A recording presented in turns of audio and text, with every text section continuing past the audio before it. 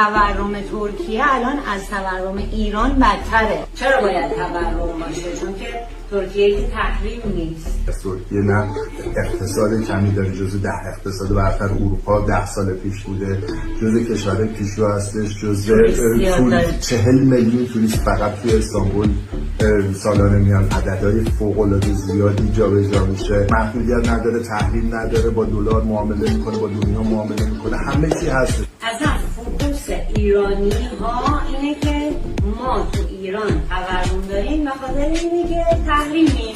حالا ترکیه که تحریم نیست، چرا باید تورم داشته باشه؟ یک کلمه خیلی خلاصه این اقتصاد داره میگم، یا آقا این بحث تورم به صورت کلی ناشی از سیاست‌های غلط اقتصادی و پولی دولت، یعنی اینکه نمیتونه مدیریت کنه این اقتصاد رو، باعث تورم میشه. ببین این قرارداد خونه منه، این 16/2020 اجارهش کردیم برای 1 سال، هزینه اجاره 1 ساله 39600 لیره، 3300 لیره ماهیانه، کل 1 سال 39600. الان همون خونه قیمت اجاره ماهیانش 40000 میشه، یعنی اینکه اجاره ماهیانه الان از اجاره 1 سال 4 سال پیش هم بیشتره، حتی یعنی یه فاجعه.